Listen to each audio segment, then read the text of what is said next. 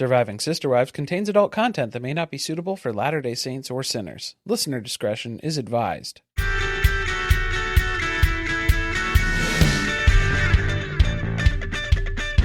Hello and welcome to Surviving Sister Wives. I'm Corey. And I'm Carly, and this is Big Love, Season 1, Episode 7, What? Evictions. I say, well, we really flashed forward. I don't Jumped know if through there a lot even of episodes is there. a Season 7 of this show. No, I think it's only 3 or 5? 4? Something. I don't know, It's something right like in that that. range there, yeah. If we weren't watching this week to week, I do think I would burn through it. Oh, yeah. Yeah. It's But- that good. But it's one of these shows where it's like, I would burn through it, wouldn't remember any of it.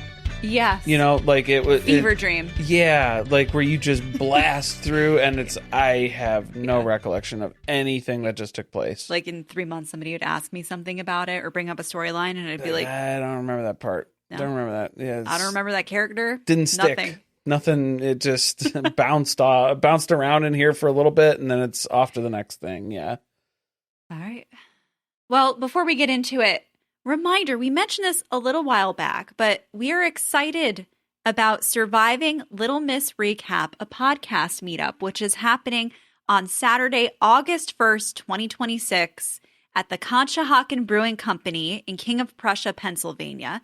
We're going to be there from 1 to 4, Corey and I, along with Amy and Amanda of Little Miss Recap. Yeah. So it's going to be a nice hangout fan event. You can mix and mingle. We'll talk. We'll hang out. We'll eat appetizers. We'll drink some drinks and have a good time. It'll be fun. We'll feast. We'll feast. And we'll talk Big Love. Yeah. And Sister Wives and all the things. Sister Wives. This is Welcome to Polly. Blathville, Polly, all the shows, all the things, what's going on, and whatever else you had in mind, I guess, too. Yeah, we'll be there. All right. So this episode started with Margene in bed Right. with Bill, yes. of course. Uh-huh. And Not like the first scene from last week with No. Bill and Nicki. A little different. Yeah, that was a jump scare. A lot of people were like, oh my God, my kids are walking in. We had a contractor come up to the front door. Someone was on a plane, right? It was There's multiple people where it's like, be careful where you're watching. Be careful where you're watching. But this You one was never okay. know when someone will show up nude in this. This opening scene was all right. It was okay. It was depressing, honestly. I didn't even realize what was happening with it until you explained it, though, just now when we were talking about it before here. Because Margene's kind of like mumbling different things that she wants to do. She's like, let's go to the movies. And Bill is fast asleep. He's asleep. I don't think he's getting a lot of No, this. there's no conversation being had. No, it's just she's making suggestions, offering things up of, here's something cool that we could do. But then, obviously, there's no answer, mostly because Bill's not conscious, but also because Bill's not going to be doing any of that with her He in can't be public. seen out with her. Yeah. So I was like, oh, yeah, I guess that's the whole isolating part of Margene's Yeah, I mean, storyline. how sad is that? Because normally you have a companion and your companion can go do things with you, and that's eliminated. You're sharing life together, and then now And then she it's- also kind of can't be seen with her sister wives to a certain extent. They can't look too close. Yeah. So who does she have to be friends with? At this Uh, point, she's starting to turn to the kids. She's trying. Well, and then she's even striking out there, too, because she was Mm-hmm. like, oh, Sarah, do you want to go to the mall with me? She's like, I have to work. I have a job. Some of us have to work. Some of us have things that we Mom. do outside of the household, Margene. Some of us have to work, Mom. Ben's busy. He's got to go to seminary. Ben's got seminary and baseball. So he's all booked up. I do think he'd cancel both of those things if he could, though. I mean, she did ask. He thought about it. He was Yeah. like, well. He's like, I mean, how important would it be? I got baseball, though. I don't think I'm going to. Yeah, I probably shouldn't. I'm not allowed. Yeah. So she's got no one to do anything with, and they're telling her, don't be friends with the neighbor lady. Right. But too late, because she's already befriended Pam. Yeah. Pam's in there. It's in too deep now. Pam's in Pam there. just shows up whenever she wants. Pam's just like stopping her car in the middle of the street while driving by. She's just barging into the house now. So it's like, we gotta Honestly, like, this is kind of a nightmare. we gotta establish some boundaries. Where you've become too good of friends with the neighbor, and then Mm. anytime they see you outside or that you're home, they're trying to interact with you? That's why I avoid it entirely. I'm sorry. I'm sorry. Too close to home. Oh, yeah. We don't have many exchanges with too many people around us. No. Everybody pretty much keeps to themselves. Pretty much that. It's mostly that. So she invites Marge to come to church. Yeah, Pam does. She's trying to convert her to LDS. She keeps making jokes of that, though. She's like, I'm not. But unless you're into that. But do you want to come? But if you're into that, it would be a good idea. But if you want to live, I'd rather you do it in the house. But it's it's shaping up to be, this is conversion stuff that's happening here. Lots of attempts, several attempts. I feel like it's part of that. Do you get like bonus points if you convert people to the LDS church? Like, does that raise your like stature in the community? Probably, yeah. Where it's like you're getting like a body count of people that you've converted. Like Lisa Barlow. Yeah. Everybody's friends with her. She's friends with everybody. So that's all the makes her very popular. All the connections that she has. She's very popular. Because I think that's part of it. But then also I wonder if Pam is thinking we'll find some nice guy at church for her. I think she smells the desperation in Margie. Margie is very alone, very lonely. And it's like, all right, we feel bad for her.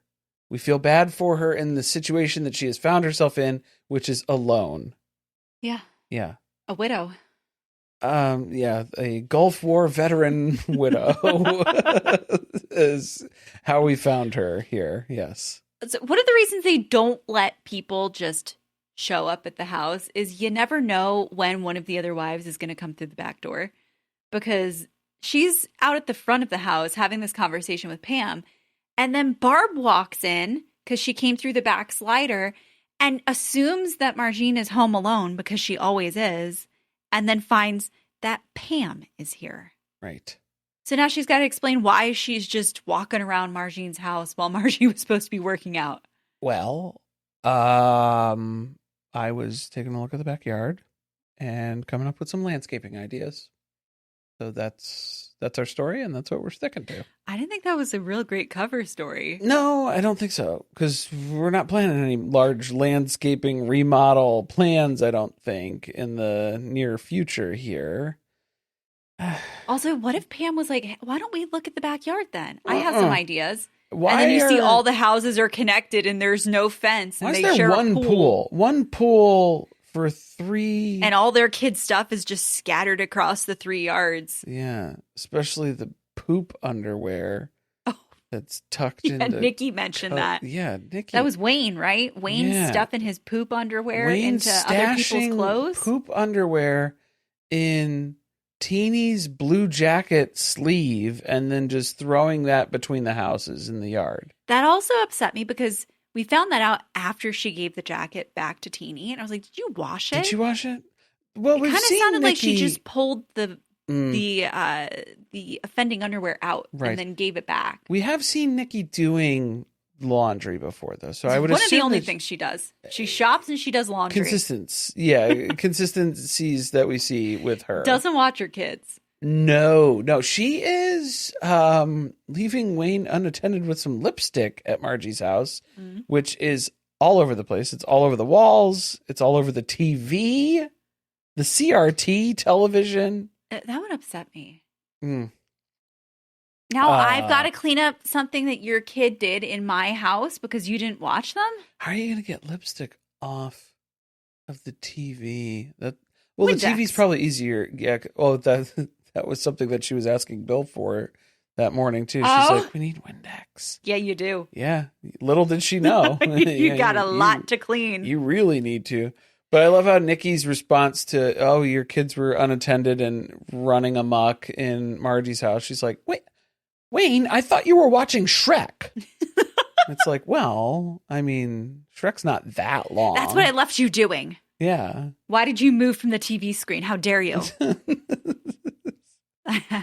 I thought you were watching Shrek. Well, sign of the times, I guess. Yeah, but that's still applicable. Even that's the timeless classic of Shrek now. It's which one were you watching? Now there's 3, 4, 5, 6, 7, 8, 9, 10, 11, 12 of them to watch. Let's be honest. Only the first and the second one are worth watching. Well, I mean, there's lots of spinoffs. Controversial Shrek opinions this episode. Shrek topics, yeah, canonically. As they come up here, I guess. Back to Margie. Right. Because we're not done with that. So she has Pam just showing up at her house, whenever she wants, stopping her out in the street. Mm-hmm. But she's still trying to say, like, don't worry, I'm being careful. I know what I'm doing. Okay, Barb, you don't have to worry. God. No, I don't think she's doing a good job of selling this or hiding this, or I still don't understand what the motive is, though, for Pam and her husband. I don't remember his to abduct name. Their children. Well, I mean, that might be They're going to adopt Margie. Everybody does. That seems to be her baby bird aspects about her life. Yeah. This is the Mariah Plath syndrome of just wandering around aimlessly to be taken in by caregivers in various states that you live in. I am a little worried for Pam, though, just because like we've seen this story before where we have an LDS woman who has these novel polygamist friends. And then what happens? Then what happens, Janelle Brown? Then your mom marries his dad the weekend before you're going to get married and marry into polygamy. It's a slippery slope. Who's converting who? Oh, whom? Who and whom? She goes to Pam. She goes to church with Pam. And what's Pam's husband's name? I don't remember. Carl? No? I don't remember. Something with a C, I thought. I don't remember, though. He doesn't matter. No. He's just kind of there. This is a story of a friendship between two women. Rug of a head of hair there. And it's a very Uncle Joey hair, though. Do you see how he was already toting around one of Margene's kids? Yeah, very comfortable. Yeah. Very comfortable. They're like, these kids look great with us. Need anyone taking off your hands? You want to go run away, live a life of freedom? Why don't you come to the singles dance here too? And then they're trying to like hook her up with somebody else in the church, and then that way this is how easy it was though to win her over. They were like, their social activities. I think what got her was when they were like, you can bring the kids and there's like child care, that's there. And so Margie's like, well, you know what? Getting dressed up in our Sunday best, and we're gonna hit the town here. I think that's what we're gonna do this weekend. That's what it's looking like. Yeah, she got away with it. Like nobody was looking out the windows. Nobody saw her leave. I think she was up early enough, but then they were trying to go to like after parties. Church after parties. The church after parties. That's what Sundays usually end up being. Is then you start rolling it into other things of what you're going to be doing. I'm more worried about her kids. Because her kids are going to start talking. I'm assuming neither of them can talk. I don't. No, they're pretty small. Yeah, still. We're going to get to the point where they start blabbing family secrets. Yeah, they won't know how to address that. Yeah, it's kind of hard to explain. Like, hey, when we leave the house, you can't talk about Mommy Barb or evil Aunt Nicki or anybody else. Or Daddy where Ben. Wayne puts his poop. You don't mention that. Okay. Please don't. Yeah, this is too dangerous of a game for Margene. She's not built for this, at all. She's going to get a whole group of church friends. Like she's going to be Little Debbie. Oh, man. She's going to befriend Little Debbie. Maybe. Man. They're going to fight over at a certain point. Pam and Heather about which one gets to convert her. Yeah, that's what they want.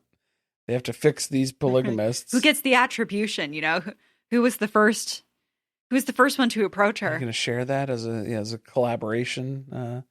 Maybe it's a cross collab. That's what's happening. She's our group project. I guess so.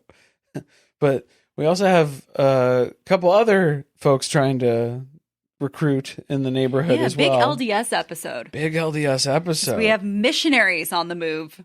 The Book of Mormon. The doorbell's ringing, and Nicki's answering reluctantly.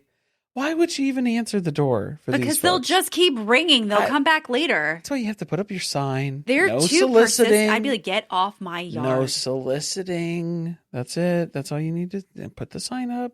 point at the sign, make the note. If you need to find like some witchy looking occult items that you need to place around the stoop to make that them might just uncomfortable. attract them. No, I think that steers them in the opposite direction. It's not like a bigger challenge. No. Yes. Then once they're like, uh-oh, it's not that you're open to this. It's they know where you stand. Is there a video game where you get to be a Mormon missionary and you have to convert people and like the different level of people that you convert is worth more points? Because I think that could be a game that makes millions. No, I don't think so. Okay. No. Putting that out there. I don't know how to code. Is that what I need to do to make a video game? Among other things, yeah. But no, that sounds like it would be a terrible. There were like Bible games on the NES and stuff, and like it's all just really awful, coded, horribly designed games that are that's how mine would be abysmal to play. So that sounds like it'd be right in that vein. Yeah. Mm-hmm. Yeah, they're not leaving. They're hanging out at the front door. She comes out and she tells them that it's not a good time. They don't care. No. We're here. It's a great time. It's the perfect time. It's a real good time for us to tell you about stuff. And it's like, well, I'm not. No, that's not going to work for me. And then they start trying to quote scripture to her, to which she is then replying and finishing out the scripture. She knows the scripture, you guys. Mm-hmm. You're preaching to the choir here, very literally. They can already tell. They can sniff it out, right? Like she answered the door in her prairie denim skirt and she's got the long braid and then she's quoting scripture to them. There's something up with this lady. Everybody can tell. Nicki has not been able to like acclimate herself enough to regular society. She yells at service workers. She yells. So this is where I was like, oh, you need to bring that energy. And it took her a minute, but she did eventually get there. Because I think the first time they just kind of rode off and did their own thing. And she was like, all right, yeah, get out of here. But then they came back again to follow up. They're like, yeah, well, it's later. And it's like, is it the same day? Has the day gone? It's been 25 minutes. How long has it been, dude? Yeah, like, no, I love how she already has an axe to grind with Pam where she's like, the neighbor lady brought you, didn't she? She tipped you off to come back over here. Told you to come over here, didn't she? She gave you my address and she directed you over here. You know who I think did it? Wendy. Wendy. If anybody's reporting anyone to the church, it's Wendy. Before Wendy goes to the authorities, she's going to the church. Right, yeah. Oh, that would make sense. Yeah, that it would be a Wendy request because that's how she came to realize what was going on with the family discount incident from last week's episode. But I mean, then also just given your appearance, I don't think it's a judgment. There's a judgment call. It didn't take more than a few brain cells to be like, this lady, red flag. No, but then they're like, oh, well, we noticed that you were very knowledgeable on the Bible, but you don't, you say that you're not LDS. So like, so what are you what then? Are you?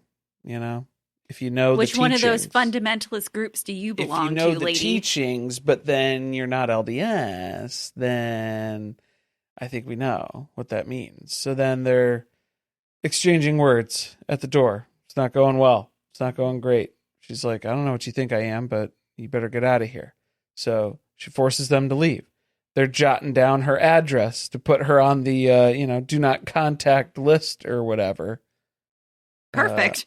Thank you. Yeah, right? I don't know why she got so upset because then she got like offended where it was like, why are you jotting down? I'm sure you get blacklisted from society.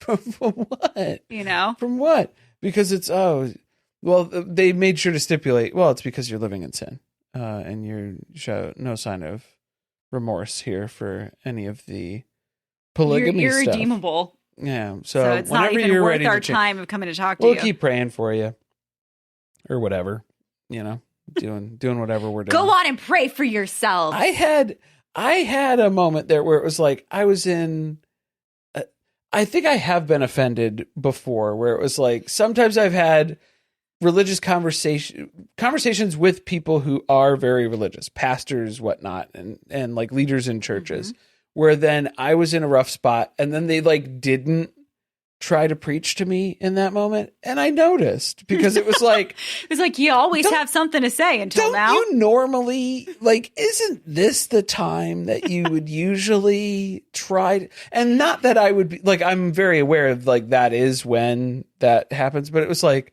no, I don't know if I was just like that obviously atheist, or I don't know if it was just too You're like, apparent. this is the time to shoot your shot. Yeah, like this is when it happens. You could catch that. Like, that's the whole point, is like catching me at a low point here, a very vulnerable spot. But I'm noticing you're not that good at manipulating me. I'm noticing that you didn't even try. So like now I'm more disappointed than too of like, oh well, gee. Yeah. All right. Never mind, I guess, you know. It's only a matter of time before Nicki has to end up back at the ranch. And like, it's just going to be out of necessity, because she just can't. She's a compound girly. She can't blend. You can take the girl out of the compound, but you can't take the compound out of the girl. Yeah. That's what it is. That's Nicki's whole vibe. That's all about it. Yeah, pretty much. Let's take a quick ad break before we talk about the creation of an ad campaign for Home Plus. So, yes, an additional sponsor of this week's episode is Home Plus.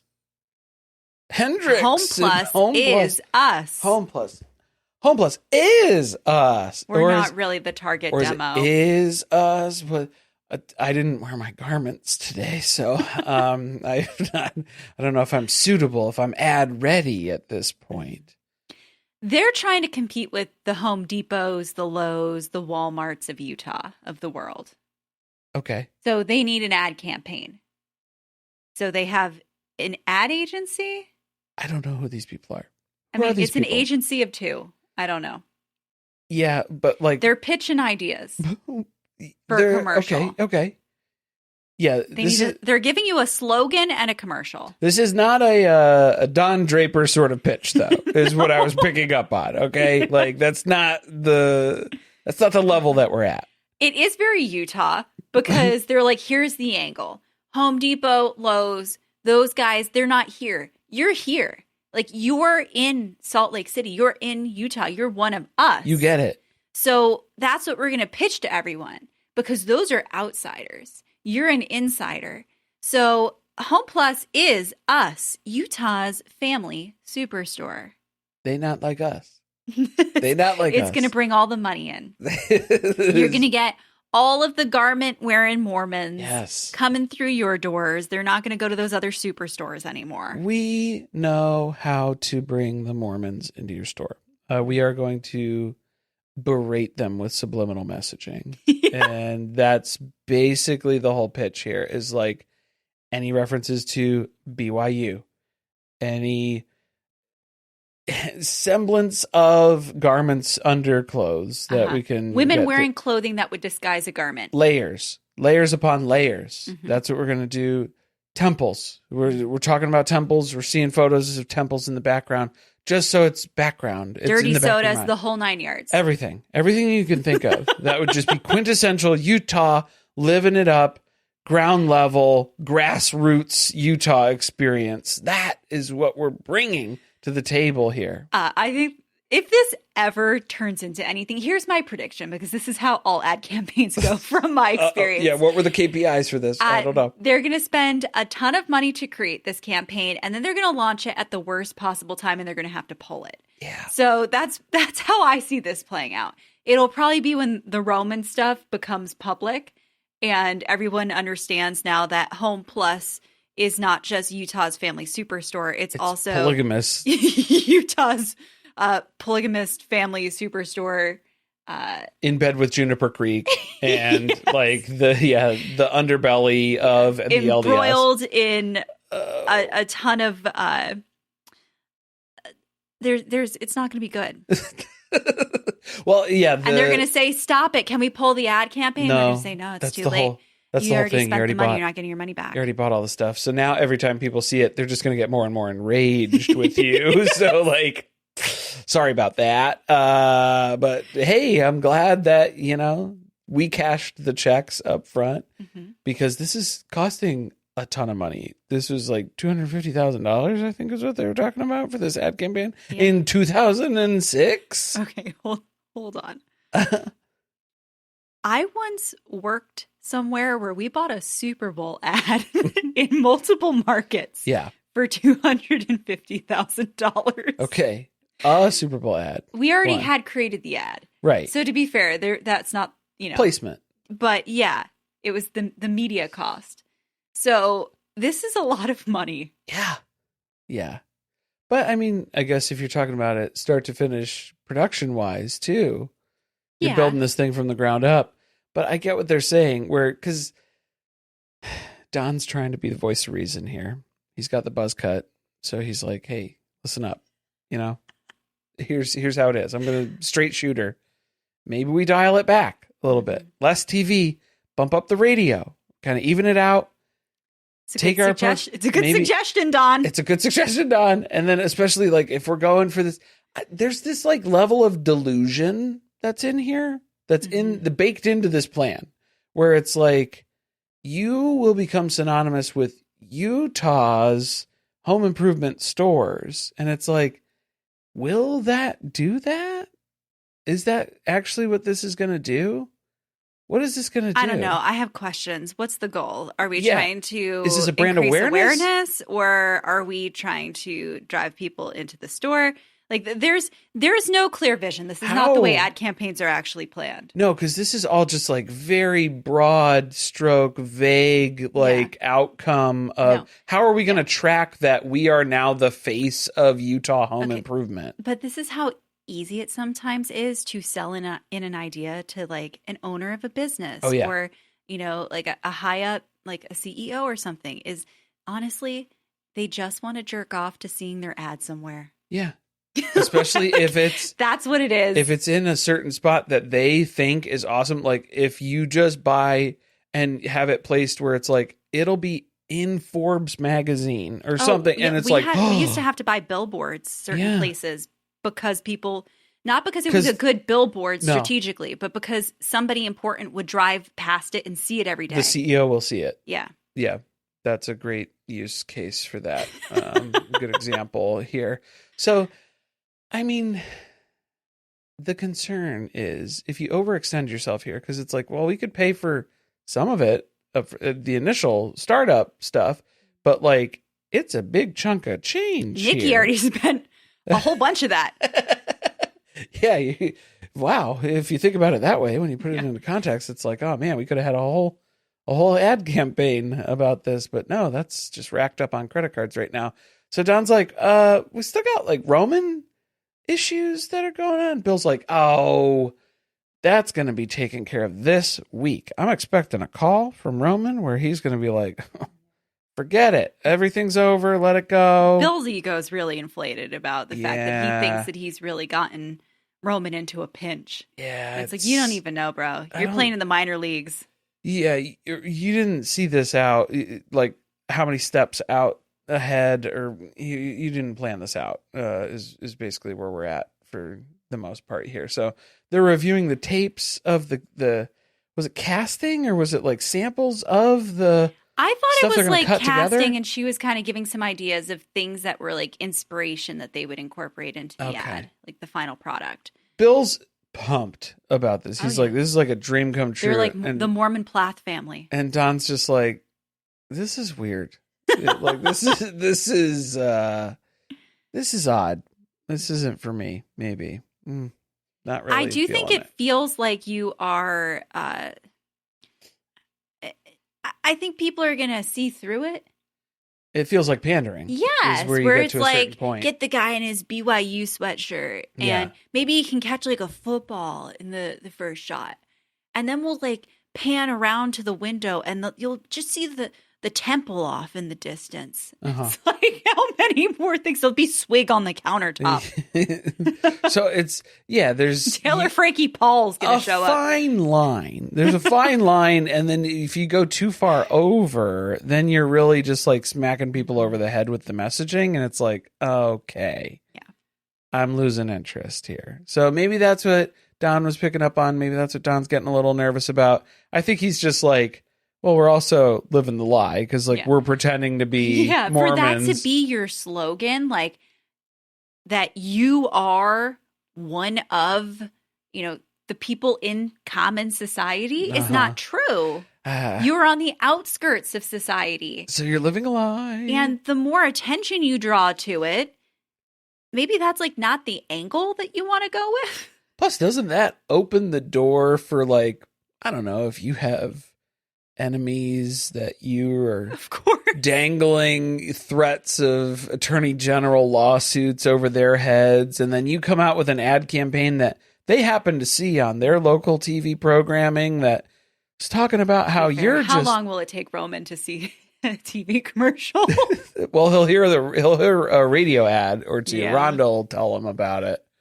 She's been listening to the radio. R.I.P. Rhonda. Yes, Rhonda. That was so sad. It was right after we saw the announcement of it. It was right after we recorded last week's episode. So very sad. Very sad. Yeah. R.I.P. Rhonda. She was in The Ring too. That was going through the credits and stuff. It was like, oh my god, very talented. She was Samara. Creepy little child. Creepy little child. Talented, creepy little child. Yes, definitely. Yeah, I could see why that would have haunted her into adulthood. Yeah. With roles like this, it's like, okay, yeah, that makes sense. But yeah, she knocks this out of the park. This is good. She wasn't really in this episode though. No, I think she was intimidating Bill's mom at the gas station for twisting the screws on her a little bit. Eating candy, telling her about how the bulldozers are coming for her home. Yeah, her home and her business. And I wonder why they would be there. Just making her paranoid, making sure that her gun's in her purse and all that stuff. But first, we have Barb continuing this affair with Bill. So she was already told last week it's not a good look. And she doesn't care. She doesn't care. Yeah. Does not care. She's grading papers with her titties out. Yeah, she's she It made you wonder, right? The things, is that why they had to get rid of paper tests? The things that were going on at this time, yeah. So your teachers can't take them to their grading the papers, their motel meetups anymore. Grading the papers in her negligee. Yeah, not really it, but she's still meeting up. They're still spending money on hotels. I know. Every day. I hope they have a discount rate. Points. Yeah, something. Is there a Hendrickson Home Plus company in the rewards code program? How are we working this out? Yeah, is it a frequent card? The 10th one's free or something? A punch card? Yeah, some kind of punch card, maybe. Not for Barb. I mean for the hotel. That's not what I'm getting at. That's not where that joke was going. Yeah, her card's already full up. Card. She's spoken for at this point. I keep waiting for Bill to just stand her up. That's what every single time it happens. If they don't do that, I'm going to be so upset because I just think that'd be so depressing, wouldn't it? It sounds like they're stopping. To realize your time in the sun has come to an end. No, it sounds like they're stopping. They're agreeing to mutually. So she says. Resist. So they say. So we'll see how long that lasts. Yeah. But they do hook up in the hotel room. They hook up in the hotel room on the tests, maybe, probably. Hopefully around not. Them. But too close to the tests. And then Nicki is texting Bill after when they're getting cleaned up and getting dressed again and stuff. And he's like, "Oh man, Nicki's ovulating." And so Barb's like, "Oh, don't worry about it. You could take my night tonight. You can go spend time with her or whatever." And he's like, "Oh, okay, cool." So then she heads out, but then she comes busting back in the door again because just the thought of Nicki ovulating is enough to throw her into a jealous fucking rage. Literally. No, I think she realized after she said that it was her night. It just happens to be that Nicki's ovulating on my night. Right. Well, I mean, she's not planning this, right? Even though she is taking birth control to prevent the pregnancy. I think she totally is suspicious. Secretly. Yeah, she's keeping out on the DL, but she's kind of side-eyeing Nicki at this point. Oh, yeah. She doesn't trust her. So Barb gets her afternoon delight double dip here. So then that way they're able to I think she was just trying to exhaust him. Yeah, wear him out. It worked. Dry him up. Because later on, well, he has some other stressful things come up. Yeah. But he's not able to finish. No. When he's back with Nicki. No. Well, again, it doesn't really matter because Nicki's secretly on birth control. So yeah, this is all for show. It's a lot of dishonesty. Yeah. Yeah. A lot of secrets. There's more of it this episode. A couple more. We finally find out Nicki's secret. Or at least Barb does. Barb does. Yeah. Barb does. And the person who reveals it is Pat, Don's wife. So I guess Wendy the narc must have given this to Pat. Well, it was the card. The credit card. The credit card was hold card. Last week when Nicki tried to buy the garbage disposal with the discount at Home Plus, her credit card got declined. Yeah, and then it's not just a decline because a decline is different than hold card prompt, which the hold card prompt is where it lands on Pat's desk and she's like, look, this is not looking good. Pat's like, don't ask any questions, okay? I was able to hack into the credit card's database and get her latest statement. She got a whole printout. She's like, here's everywhere she's been spending her money. Look, Old Navy. It's a lot of Old Navy. But I still have my login at Chase. I used to work there. From when I used to be a banker. I was a manager. I still have it still works. Sometimes I try it every once in a while.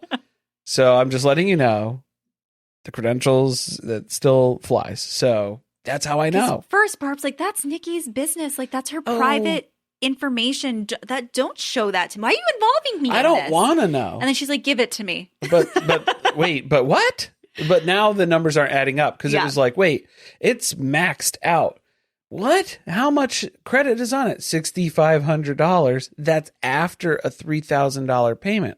How does Pat know what payments were made on here? So yeah, she has a full statement. She has the full statement. She's all the way up in there at Chase preferred methods, and that's what's going on here. She knows what's happening. Yeah, she's going to be calling about her debt soon. I guess so. Yes. She's like, I got a part-time job working at a at Chase. Oh yeah, there you go. Calling people about their debts. And here's the thing. I'm slowly going in and I'm decreasing the number on my account as an employee with authorization there.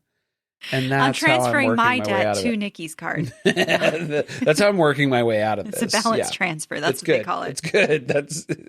It works out in both of our favors. Yes. How did she charge her credit card up that far beyond the limit? No, because it was $6,500.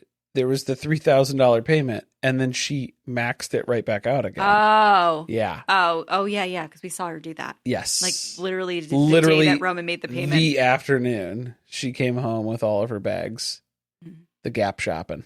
Barb runs right home and impersonates Nicki, calls the credit card company, and finds out identity theft is a crime, Jim. Yes. She gets all the info, like directly from the credit card company. Yes. And not only is it this one credit card that Pat was able to get the information on, there are 5 credit cards. Because he goes, which account do you want to know about? She goes, what? Excuse me?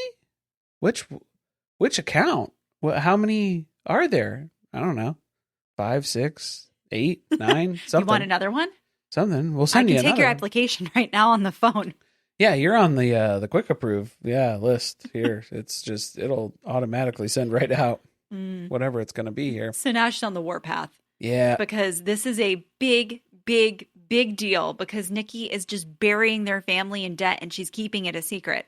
So Barb's looking for Nicki. Nicki's nowhere to be found, but then she goes up into her bedroom and then she sees the shoebox of shame underneath the bed. Where she hides all of her statements. It's all the statements, everything piled up from all the creditors and the harassment. It's all in those shoe boxes. And you should have gone paperless. You always go with the paperless statement for the email and security purposes.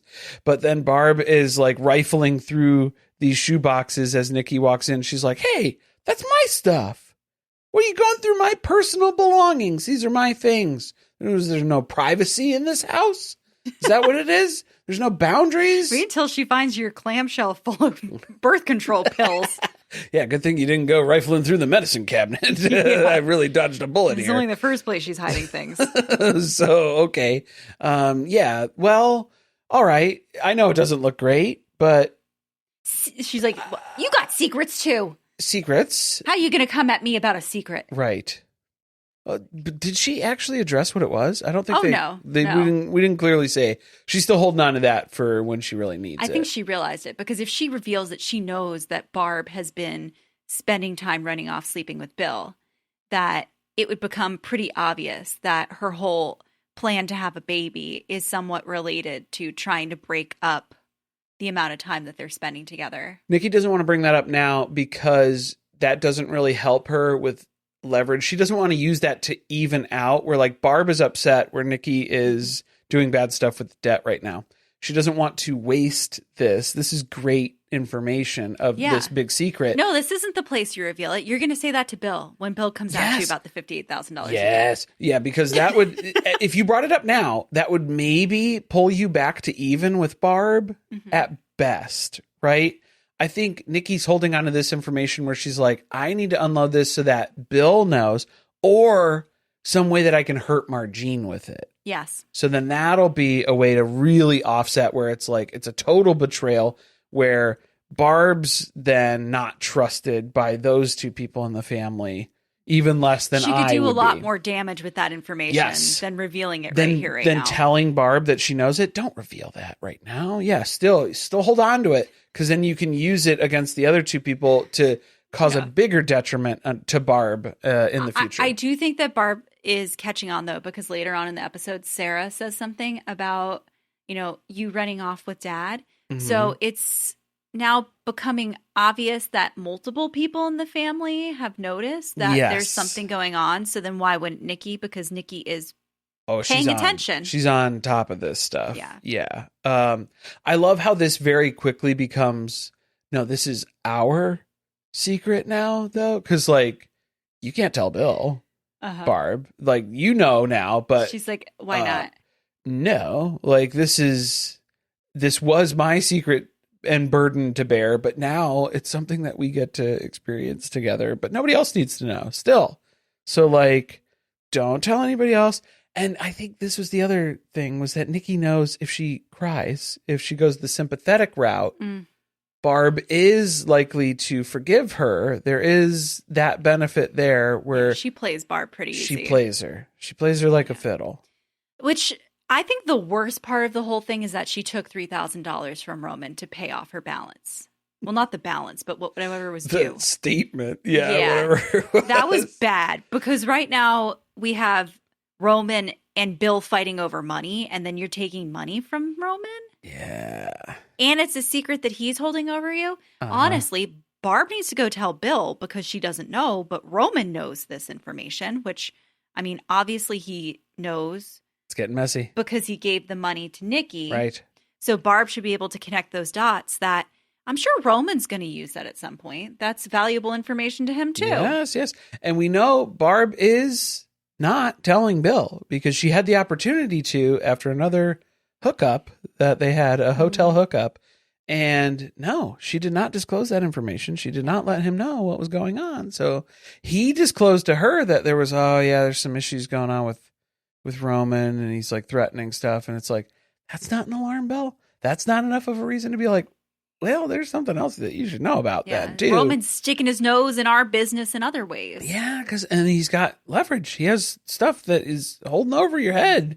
Yeah, it's all stuff that you need to know about. I would never allow this to happen if I was a sister wife. Well, clearly. I would run everybody's credit. Oh, yeah. Credit checks. Credit karma. It's that time of year again. You get your free credit check. Everybody run your credit and then bring your credit report. Well, I don't know. Yeah, what's your debt to income ratio? That's the number that we got to check. We got to check what lines of credit you've opened without anyone else being aware. Oh, boy. But it's a responsibility. Yeah. Also, make sure that none of your crazy relatives on the compound stole your social security number. Right. Yeah. That's a very real thing. Mm-hmm. I think Uncle Joey's running around. He's got that Super Bowl ring. It's running out of diamonds. Yeah. So he's going to get desperate here real soon. Never know what somebody will do. Got to be careful. Oh, little Debbie's back. Little Debbie's back. Yeah. Well, her friend, Heather. I enjoy her. Her name's Heather on the show, but we call her Little Whatever. Debbie. She It's Little works at Deb. Deb's. Little Deb, Sarah's friend, Little Deb, bringing Mhm. her home for dinner because why not? You know? She already knows that her family are polygamists, so this is a safe person to bring over. Did her Not really. family know? No. No, they're shocked when No. she walks through the door with somebody. So I think that was where it was like, oh. Yeah. And they're having family dinner. Yeah. So it's not even like she brought Debbie over at a time where there was nobody around, where it was just like Barb wandering around the house. Yeah. No, she Mm-mm. brought her over at dinner time. Everybody seated around the table. They were eating tamale. Oh, Something. it sounded good. Oh, okay. I Googled it. We'll have to double check. It's got like a layer of cornbread on top. Oh. A lot of cornbread on this show. There was cornbread. cornbread last week that Lois With made. the jalapenos. Yeah. Because then we were like, we should probably start doing the jalapenos Yeah. and the cornbread. Yeah. I would have risked It gets spicier. Yeah, because I would have heats risked up. the arsenic poisoning, the possibility for the jalapeno to try it because cornbread? it looked good. It looked good. Looked good. Yeah. So, what is this? It's friendship. It's Well, hanging Margene's out. like, you know what? She's just being a little rebellious because she's too restricted. Oh, or something. I don't know. She was like, oh, I said too much. Maybe I don't have an input on parenting the teenagers or anything, but I am closer to a teenager than you are, She Barb. basically is a teenager. Yeah, so We're in the basically still same am. phase right now. Right. Same phase of life. Rebellion. That's why I'm going to church, because everybody keeps telling me not to, and I'm going. Okay? So that's clear. She wasn't supposed to bring somebody over to the house. That's a no. Right. A no. No. Mm-mm. Especially during family dinner. Yes. Which it kind of goes downhill from there because Heather is nosy. I mean, she has been since the minute that she met Sarah. Yeah. And she especially is interested in Nicki Yes. because she asks for confirmation of which one Nicki is, even though she's like the one with the braid. She's like, nailed it. Got it. Good And guess. then Good guess. she asks Nicki later, what is it like having Roman Grant for a father?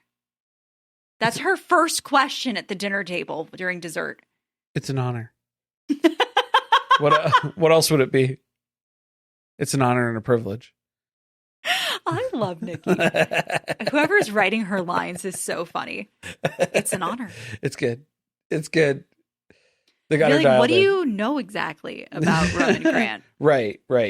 Yeah. What do you know? Mm-hmm. And then on the way out, Heather stops Barb and Bill and is like, hey, I got lots just of questions. full transparency. Yeah. I'm against polygamy. Okay. And I have lots of strong opinions, and I would love if you would give me the opportunity to sit you down and tell you why I disagree with your lifestyle. And my husband, Zach, is going to come over to join us. That's not how that went, though. Because she was basically just saying she has strong opinions about it and would like to talk sometime. Yeah. So I don't think it was going to be her. You don't think she's going to chastise them for No. their lifestyle? I think she's going to ask about what's the acceptance rate and how do I get involved. You think? I don't know if she's ready to go there yet. I don't know. She wanted the family, not the man.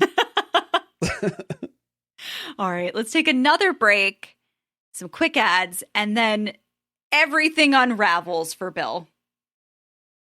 Oh, we forgot about the Benny storyline too. Oh, what was going on? This is just so weird. All of the Benny stuff is very uncomfortable. I have a very I don't like him. It's a very odd read of what's going on. So his friends, he's in the car with his friends at some point. okay, he was hanging out with his friend who then was like, "Oh, do you want to cut class and then we'll go to the mall?" With these Which other is what group of guys. Margene wanted to do. That was what Margene wanted to do in the first place. How'd so you you would have not had a call ride. her? Whatever. A car full of teenage boys. That's the last place we need Margene to be. And clearly, with what's been going on here, where they're in the back of the shaggin' wagon, and then up at the front there, the friends are driving, the teenagers driving. There's a car full of people here, and then Someone starts driving the car with their dick. the driver is taking his penis out of his pants Oh, no. and steering the vehicle Yeah, with it. isn't this dumb teenage boy shit? Like, So I don't was know. I was a dumb teenage boy. okay, right? I was waiting for you to fill in the silence. First-hand experience, right? Mhm. Never experienced Never this. did that. Never did this stuff. Well, that was bad enough. Then they get into a car accident because of it, I'm assuming. Okay. They say that they had to swerve to avoid hitting a dog. But, I mean, when someone was just driving using their dick to navigate the steering wheel, I think that was probably part of the issue. Had to swerve to avoid that Costco dog that he's got in his pants. Look out. And then Ben calls one of his friends when he's upstairs in his room and starts talking about the friend who was driving. Seminary. It was a seminary dick. buddy. Yeah, because he was like, oh, wasn't that like kind of like homosexual and stuff? And it's like, it was very homosexual because the fact that you're car full of men, all boys, it's all guys, and then you're whipping dicks out with guys. That's homosexual. Yes, that's literally the definition of that. Is it not? I don't think that's exactly the definition. Homosexual is like this. I would say probably not the same. Okay. No, that's not even the part that I thought was alarming. It was when he was like the size of it. I mean, that average. What would you say? A little above average. It was steering the car on its own, pretty much. It was sentient, like it had achieved that level. So there's a concern there. Yeah, definitely. Yeah, Ben. Things to be aware of. He's strange.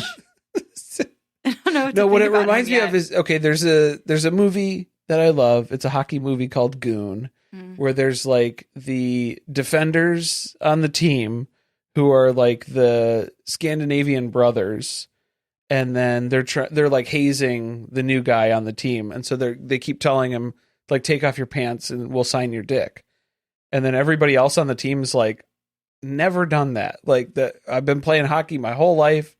That's not a thing. Like, why are you guys like all about the dick stuff? Like, it's a little weird.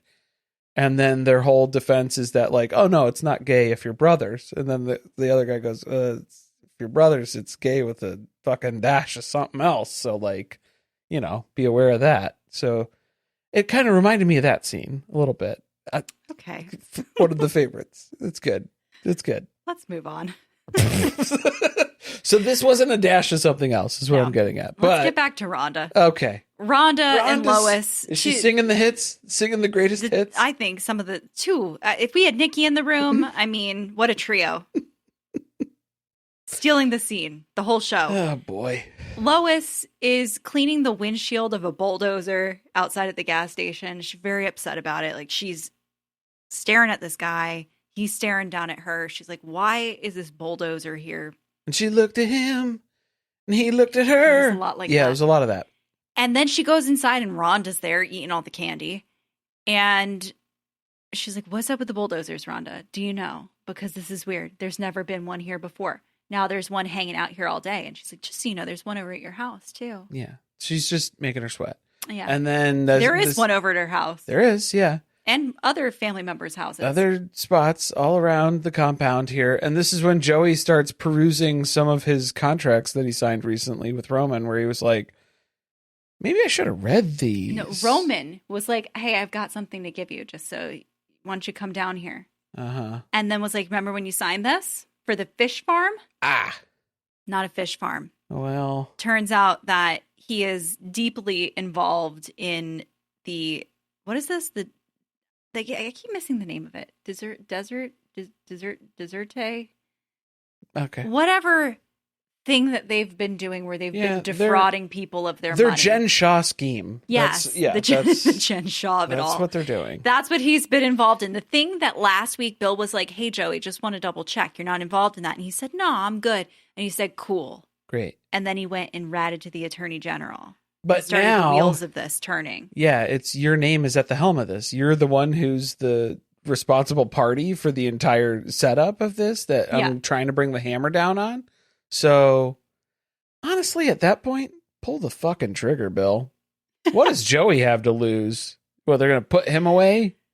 Maybe. Him and his pregnant wife? Maybe. Eternally pregnant wife? Maybe he can sell his Super Bowl ring and get a good attorney. I don't think so. No, I mean, like, what is he, I think there'd be some guilt there that you ended up sending your brother to prison. He brought you the case. He brought everything. And then he signed the contract that was wrong. So, like, you fucked up everything about this, Joey. I think to an extent, Bill is continuing to miss the mark is that Roman is making sure that he's got something on everyone. Yes. He is ready to bury bodies at any point in time. Correct. You got it. Something's going on. I need to go after this family member. Oh, let me check my Rolodex for what I've got on them. Yeah. Well, and Bill's like, oh, I'm trying to fix everything for everyone. And it's like, you can't do that. That's not going to work. That's not going to happen. So at this point, I think Joey messed up bad enough where it's like, well, I guess they had to give him a pregnant wife. So then that way we'd feel bad about Joey going to prison. Because otherwise, you're like, he doesn't have any redeeming qualities. If it was just Joey on his own, I'd say, see you later, bud. Better luck next time. Start reading contracts before you sign them. Maybe they'll let you out, on good behavior a little bit sooner. I do think, though, once you go in and you start talking to the Attorney General's office, like, you don't have any information on this. Well, that was Joey was telling Bill all the stuff. He was like, here's the lawyer. Here's all the lawsuits he went and dug that information up because Bill asked for it, though.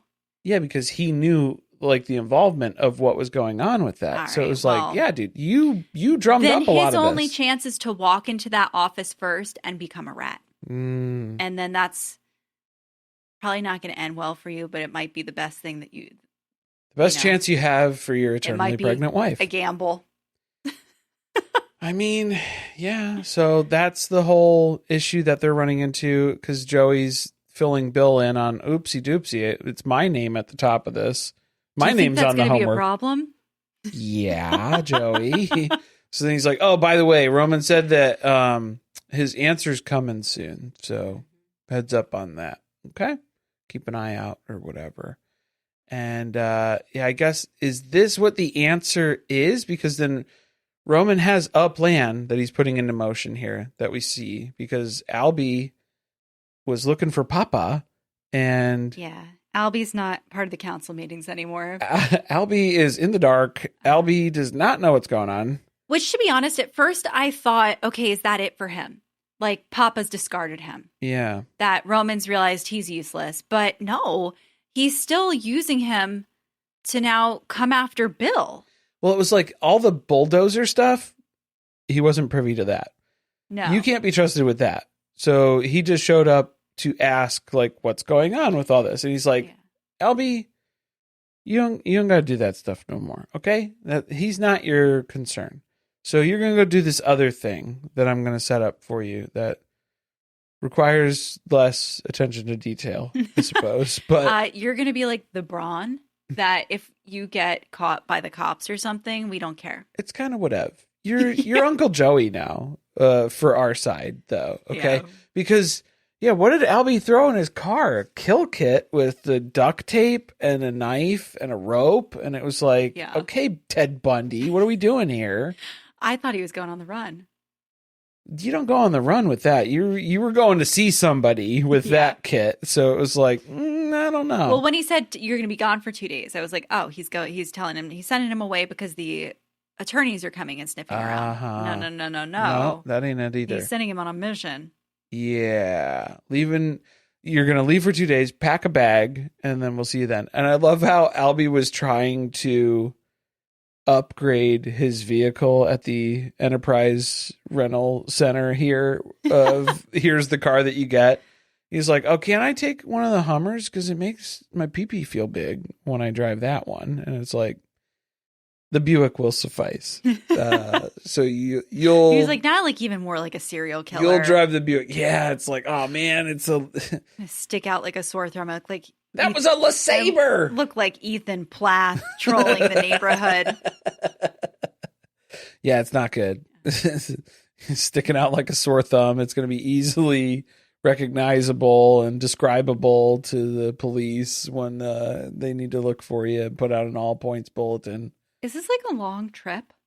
Because he stops and gets snacks at a convenience store. I don't know we don't know where he's going. We don't know No. who he's going to see. It was very Breaking Bad.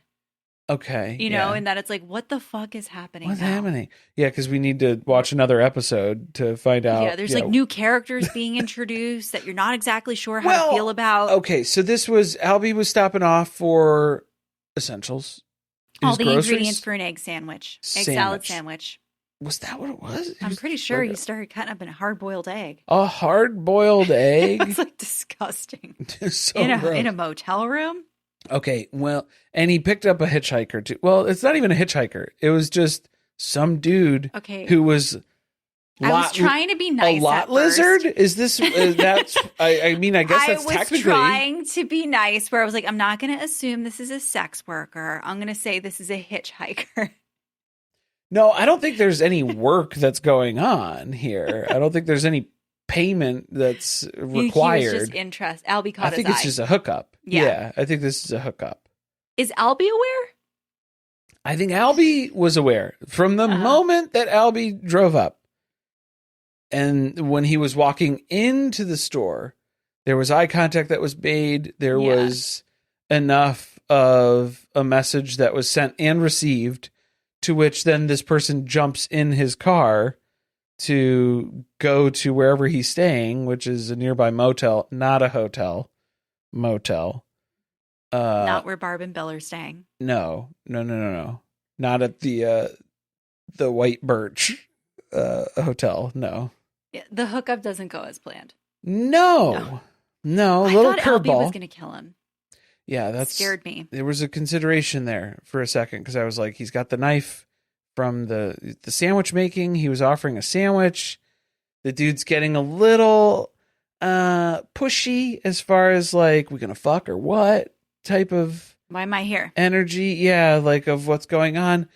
And then the closer that we get to any sort of physical contact between these two guys in the motel here, and Albie has a little freak out and just starts slamming his head against the wall and screaming at the top of his lungs. So the guy's like, what is wrong with you? And he bails out of there. And Albie just snaps right back to like, well, that worked great. Just how they taught me in seminary, too, how to avoid this should the circumstance arise. Oh. So that worked like a charm. He's a strange cat. Him and Ben. There's something going on. Yeah, it's like... Well, I feel like Ben's at least, it's more religious at this point. Albie, I don't think there's a lot of religion in there. I think there's just a lot of there's something off with power. Yeah, the power stuff. Bad genetics. Something. He's a bad egg, rotten egg. Bad egg sandwich. Yeah. And then the episode is capped off with a voicemail from Lois, and you just hear that there's a physical struggle going on in the background. She's kind of like dropped the phone. There's gunshots. So this is not your standard fare voicemail that's being left here. Like multiple gunshots. I think that should warrant some attention probably sooner than... How long was that just sitting in the voicemail box? Nobody called again after that? It was just... I don't know. Bill also has to, I guess, hunt down where they all are because he finds out that the whole family's now at a motel. Different motel than the one that Albie's at. Right. I thought when they pulled up, I was like, wait, is he going to the motel where Albie is? Right. But it's not. His whole family is occupying every room because they've all been thrown off the compound. Yeah, they're all booked up now. No vacancy. Basically is what's going on here. Yeah. But this felt like a cutscene in a video game where it was just like, every single group of people had to like come and interact with Bill to like give the update on how displaced they are individually and like where they stand with this. But then they're still kind of like doing their own thing here too. They're still trying to avoid each other like they would on the compound. Yeah, a little bit. Yeah. But like his mom had her own struggles where it was like, oh, Joey turned up the TV too loud. And it's like, then turn it off. Like, the TV got stuck at full blast volume. Shut it off. Plug it at the worst case. Pull the plug. Dude, what are you doing? Like, I don't know. This has been the worst day of my life. I don't know. Man, from the best to the worst. The day that I almost killed your father to the day that I'm stuck here in this motel with him. The day that he promised to make me his legal wife, and then now, into the What was the point of that? What is she going to inherit now? Yeah, if they knocked the house over, I guess the deal's off because we don't need to re-roof the, we don't need tar and tiles. Nope, that's true. That's it. Well, Bill kind of doubts that they were even going to do that because like they own the property. So why would they destroy their own property? The bulldozers were already outside. Like they were there and they were going to demolish it with us in the building. That's also where Bill... You're not getting it. No. Like you're not playing on the same, like at all, the same game that Roman is. You because think sometimes you just do things to prove a point. You think he wouldn't like burn the house down just to like piss on the ashes at this point? That's the type of guy that he is, that you are clearly not. Mm-hmm. So yeah, that's the difference. Yeah. Whole different league. Yeah. Wanda, still pregnant. She's due this month, though, they allege. They're like, don't worry, you're not going to have the baby in the motel. Please don't have the baby in the motel. Like, that's okay. You know what? My worst fear, though, is that I'm going to have the baby and Joey's going to be in a jail cell. No, you know what? My biggest fear is hospital birth. That's what it is. No. Uh-oh. No. That's not our personal opinion. And she's like, I hold you responsible, just so you know. Right. If he relapses, this is on you, Bill. You fucked it all up. Yeah, that's your fault because we're basically at rock bottom now. So it's like, thanks, Wanda. We barely know you. You know what, Wanda? 7 months. You know what, Wanda? Maybe don't have Joey sign every piece of paper that Roman puts in front of him. Okay. Maybe read a contract before you sign it. Also, I did double check with him before I did this. Before all the problem started. Before it escalated. Too late. He's not even aware of what he's involved in. Too late now. Yeah. I guess luckily Lois doesn't blame him because I think Lois is the most dangerous. Like she might get to him before Roman does if she was that upset. Maybe. Yeah. I could see that. And then his dad was giving him grief too. Frank. Well, yeah. Well, he's a jerk. I think Frank was just upset about, now his roofing deal has fallen through. I think that's what they didn't mention that, but it's like, I think that's in the back of his mind. The tar yet. Yeah. Didn't even get to use it. What a waste. Mm-hmm. Total waste. We kind of get more background that it's been 30 years of harassment from Roman to their family. Like constantly trying to erase their entire family's like existence basically because Lois's dad was the one true prophet and that changed when Roman took over and now they're trying to like downplay the Hendrickson name in their community because there was like a statue that they chiseled away and made them all watch them like destroy it and tear it down. What are you guys not understanding then? The only value that you guys had to Roman was that he was getting money from Bill for the stores. Yeah. From the stores. And now he wants to take that away. So of course he's going to turn you guys out in the street. What's the point of keeping you here? Yeah. That's basically it. I mean, there's nothing else They're not good at this. Yeah, that you can contribute here. So things are just kind of happening to them now, and they had no idea that was going to happen. So it's like, where are they going to go? If there's only so long they can stay in this motel. They can't move in with Bill. There's not enough room there. Where do we think they're going to go? Pam. No. Spend her whole day staring out the window. Yeah, he'll bring them to. They'll live in various sheds in the display area of the Hendrickson Home Plus, and that'll really get Wendy looking into stuff too as well. They really know where they can bring them. Not great. But that's not the only phone call that Bill has received this episode. He also gets a phone call from the head of security at Hendrickson Home Plus, who was like, hey, I know I was instructed to call you before calling the police for anything. And I caught a guy. He was going through your office and like kind of making a real mess in here. And I don't know, he might have took a dump somewhere. I haven't checked all the... His name's Albie. He smells like rotten eggs. He smells like eggs. Do you know him? You want to talk to him? Or he's like, yeah, go ahead and give him the phone here. So they talk in vagaries amongst themselves, and then Bill's like, yeah, you know what? Just let him go. Whatever. I don't care. I think I'm over it. Truce. At this point... Right? Are we able to just end it now? Can we just pretend that nothing happened? What was he looking for? in Bill's office. Was this Albie's mission that Roman actually sent him on? Because it doesn't seem like Roman wanted him to be doing anything with Bill. I think he went on a side quest that he wasn't supposed to go on. I think he got distracted. I think Albie let the ego get the best of him, and he thought he was going to be doing something. And it's like, well, now you broke in, and very clearly, like, the security guard caught you. You were in, the office red-handed, basically, and now you've been detained. But then Bill's just like, oh, just let him go. Would it have been better to involve the police? I feel like that would just draw more attention to it, though. So, I mean, maybe this is a good call. Yeah, I don't know. The guy who is connected to this case, well, I guess they don't know that the information came from Bill. Unless he found something. Attorney General. Yeah, if it's... because there is that folder. Because it's 2006, so, they can't. Yeah, the files. There's trace things. There's a folder that's in his office that has the stuff with the Attorney General and stuff. So I don't know if maybe he was trying to get a hold of that. Mm-hmm. Like Bill doesn't Bill already have copies. gave the folder over to Roman. Like Bill doesn't have copies. I think he made it clear that he was the one involved in somehow facilitating this information getting to the Attorney General. Yeah, Albie's not so smart. Is what we're continuing to learn every single week. He's really bad at this too.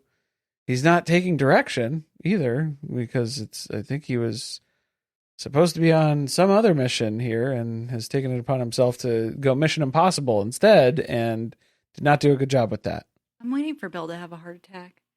Yeah. I think he's all the Viagra. Yeah, he's got to go get more Viagra now because he's not able to either keep it up or finish. We saw that happen with Nicki. And now he's panicking because this is all too much. He's in too deep. Yeah. So he does the next best thing. He just ends the affair with Barb. And she's like, yeah, I guess that's for the best then. Even though it was their night. They don't have sex on their nights. They just have sex doing the affairs during the afternoons. I guess. That's more exciting. It's more exciting. Yeah, I think that's what it comes down to. So that's this episode. Yeah. Yeah? Next time on, we may have some special guests with us next week. We're still kind of finalizing that.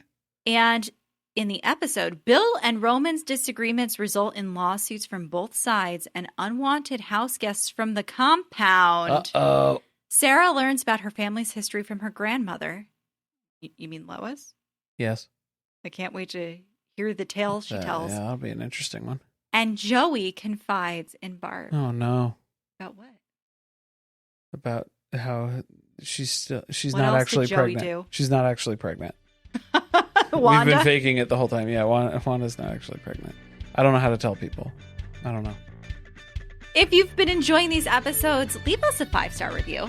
It helps the podcast grow. It helps people find us. And we have a Patreon where we have lots of bonus content. We have a Let's Talk About It that just came out about $1 Million Nannies. Oh my God. On Hulu. Hulu, yes. Mm-hmm. Yeah, and if you're listening on the public feed, make sure you hit subscribe wherever you're listening to so that you don't miss any episodes. You get all the episodes as soon as they publish. You don't want to miss it. Thanks for listening. See you next time.